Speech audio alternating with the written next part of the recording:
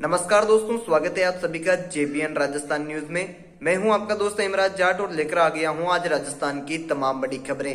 खबरों में आगे बढ़ने से पहले आप कौन से जिले से हमारे वीडियो को देख रहे हैं हमें कमेंट बॉक्स में जरूर बताएं। साथ ही अगर आप इस चैनल पर नए हो तो हमारे चैनल को सब्सक्राइब जरूर करें। तो चलिए बढ़ते हैं खबरों की ओर।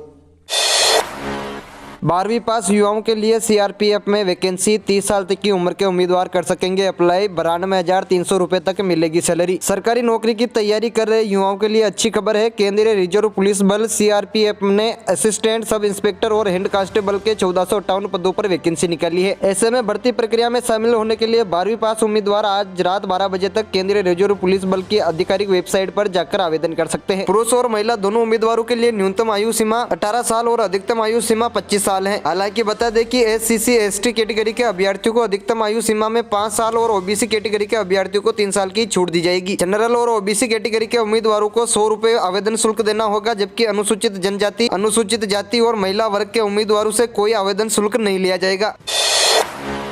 अगली बड़ी खबर आ रही है दोस्तों, किसानी ही नहीं उद्योग भी लगाएंगे राजस्थान के किसान, इस योजना से होंगे मालामाल। राजस्थान के किसानों को उद्यमी बनाने के लिए प्रदेश की अशोक गहलोत सरकार राजस्थान के कृषि प्रसंस्करण, कृषि व्यवसाय एवं कृषि निर्यात प्रोत्साहन नीति एवं तदंतर योजना 2019 से चलाई जा रही है। इस योजना के तहत जो किसान कृषि क्षेत्र में उद्योग लगाना चाहते हैं उसे आर्थिक मदद दी जा रही है। जारी योजना 2019 में अनुदान किसान वर्ग को योजना लागत का 50% या अधिकतम 1 करोड़ रुपए अनुदान के रूप में एवं व्यापारी वर्ग को 25% अधिकतम 50 लाख रुपए का अनुदान मंडी से मिलेगा। अनुदान है तो फाइल बैंक ऋण स्वीकृति के 90 दिनों में राज किसान पोर्टल पर ऑनलाइन करनी होती है। किसानों को कृषि उत्पादन प्रसंस्करण उद्योग लगाने पर सब्सिडी उपलब्ध कराई जाएगी। यह सब्सिडी योजना के अनुसार जिलों में सरकार के द्वारा तय उद्योग लगाने पर ही दी जाएगी। इसके लिए सरकार ने जिलों के अनुसार प्रसंस्करण उद्योग का नाम जारी कर दिए हैं। यह अनुदान लहसुन के लिए प्रतापगढ़, चित्तौड़गढ़, कोटा, बारा, अनार के लिए बाड़मेर एवं जालोर, संतरे के लिए झालावाड़ एवं भीलवाड़ा, टमाटर और आंवले के लिए जयपुर, सरसों के लिए अलवर, भरतपुर, धौलपुर, करौली तथा सवाई माधोपुर जिलों में स्थापित होने वाली इकाइयों को देय होगा।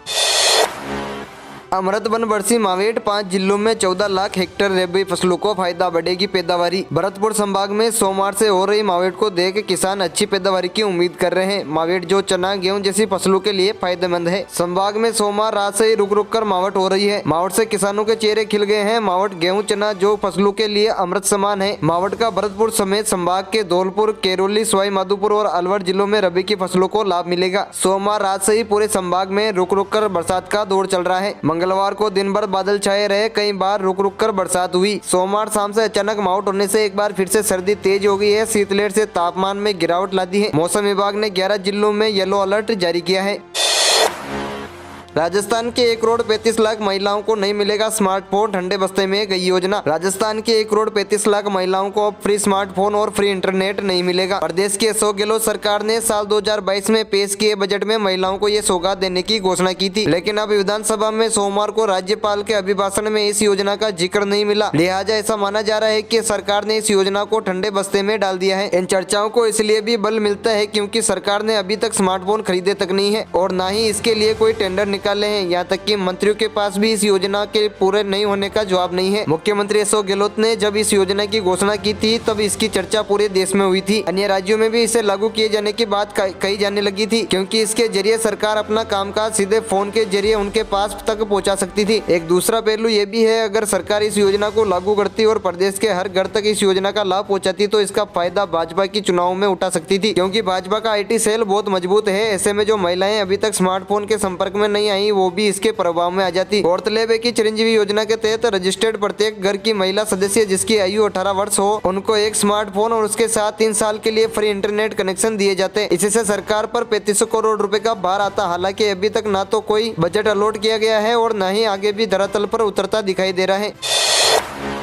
सस्ती हुई अंग्रेजी शराब तो देसी पौवा का हुआ ये हाल, नई आबकारी नीति में हुए ये बदलाव। राजस्थान में एक और शराबबंदी को लेकर मुहिम छिड़ी हुई तो दूसरी तरफ राजस्थान सरकार ने बार कल्चर को बढ़ावा देने के लिए आबकारी नीति में ही परिवर्तन कर दिया है। अब नई नीति के तहत 3 माह का बार लाइसेंस जारी होगा, जिसे शॉर्ट टर्म लाइसेंस बोला जाएगा। यही नहीं, 1 अप्रैल से अंग्रेजी शराब एवं बियर सस्ती हो जाएगी, जबकि देसी शराब का दाम बढ़ जाएगा। इसको लेकर जस्टिस फॉर छाबड़ा संगठन संपूर्ण शराबबंदी आंदोलन ने नहीं बल्कि Rajasthan liquor welfare society authority ने भी इस नीति पर आपत्ति व्यक्त की गई है। आबकारी नीति में परिवर्तन करते हुए राजस्थान सरकार ने देसी शराब के दामों में वृद्धि की है, तो दूसरी ओर भारत में बनने वाली अंग्रेजी शराब को सस्ता किया है। इन पर लगने वाली अतिरिक्त आबकारी ड्यूटी को समाप्त करने का निर्णय ले लिया गया है। आबकारी विभाग राजस्थान की तरफ से नए संशोधित नियम जारी किए गए हैं, जिसके तहत 1 अप्रैल से देसी शराब एवं राजस्थान निर्मित शराब के पौवे पर 2 रुपए तक की वृद्धि की है। हालांकि इससे विपरीत भारत में बनने वाली अंग्रेजी शराब अगले वित्त वर्ष से 20 रुपए तक की सस्ती मिलेगी। वहीं इसके साथ ही नए नियमों के तहत अब राज्य में बार चलाने वालों को शॉर्ट टर्म लाइसेंस दिया जाएगा, जबकि अब तक वर्ष भर के लिए लाइसेंस जारी किया जाता था। इससे उन लोगों का फायदा होगा जो बार आरम्भ करने के पश्चात रेवेन्यू नहीं आने से पूरे साल भर का घाटा झेलते थे। यही नहीं, बार चलाने वाले जो होटल या संस्थाएं किसी साल रिव्यू नहीं करवाती फिर अगले वर्ष लाइसेंस लेती थी तो उस वर्ष का शुल्क देना पड़ता था। इस बार इसमें करते हुए सिर्फ 25% शुल्क का प्रावधान किया गया है। राज्य में बार चलाने वालों को फायदा देने के लिए विभाग ने नया नियम तो जारी कर दिया है, मगर वर्तमान में चल रही शराब की दुकानों के लाइसेंस की रिन्यूअल फीस के निर्धारित पर दुकानदारों संचालकों ने विरोध किया है। राजस्थान लिकर वेलफेयर सोसाइटी के अध्यक्ष नीलेश मेवाड़ ने कहा है कि नई नीति में बार कल्चर को बढ़ावा दिया जा रहा है। यही नहीं, मौजूदा वक्त में जो दुकान चल रही है उनकी रिन्यूअल फीस 15% बढ़ रही है, जो अधिक है। दुकान संचालकों पर अगले वर्ष अधिक शराब बेचने का दबाव बनेगा, क्योंकि 15% की गारंटी बढ़ते ही शराब का माल इतना बढ़ जाएगा कि हम उसे बेच नहीं पाएंगे।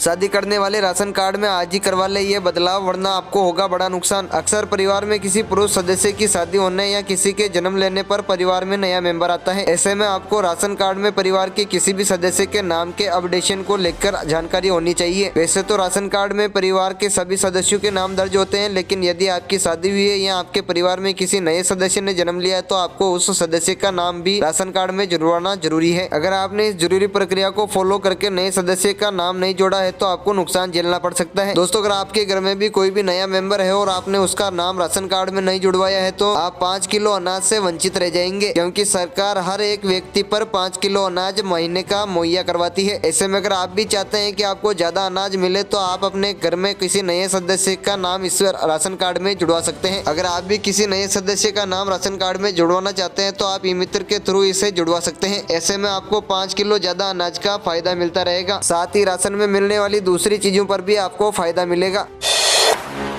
फास्टैग को लेकर आई बड़ी खुशखबरी, नितिन गडकरी ने दी बड़ी अपडेट। केंद्रीय मंत्री नितिन गडकरी ने फास्टैग को लेकर एक बड़ा ऐलान किया है। अब फास्टैग की सुविधा के जरिए हाईवे पर सफर करना काफी आसान हो जाएगा। भारतीय राष्ट्रीय राजमार्ग प्राधिकरण को शुल्क वाले प्लाजा पर फैसले के जरिए मोटा फायदा हुआ है। बता दें कि साल 2022 में टोल कलेक्शन 40% से बढ़कर 50,855 करोड़ रुपए पहुँच गया था। इनमें राज्य मार्गों का टोल प्लाजा का कलेक्शन शामिल है। क्षेत्र की कंपनी ने मंगलवार को यह जानकारी दी है। शुल्क वाले प्लाजा पर 2021 में फास्टैग के जरिए कुल 34.778 करोड़ रुपए का टोल कलेक्शन हुआ था। NHAI की ओर से जारी किए गए बयान के मुताबिक राष्ट्रीय राजमार्गों के शुल्क वाले प्लाजा पर दिसंबर 2022 में फास्टैग से मिलने वाला हर दिन का एवरेज टोल कलेक्शन 134.44 करोड़ रुपए रहा और एक दिन का सबसे ज्यादा कलेक्शन 24 दिसंबर 2022 को 144.19 करोड़ रुपए था। सरकारी बयान के मुताबिक फास्टैग लेन देन की संख्या भी 2022 में सालाना आधार पर करीब 48% बढ़ी है। साल 2021 और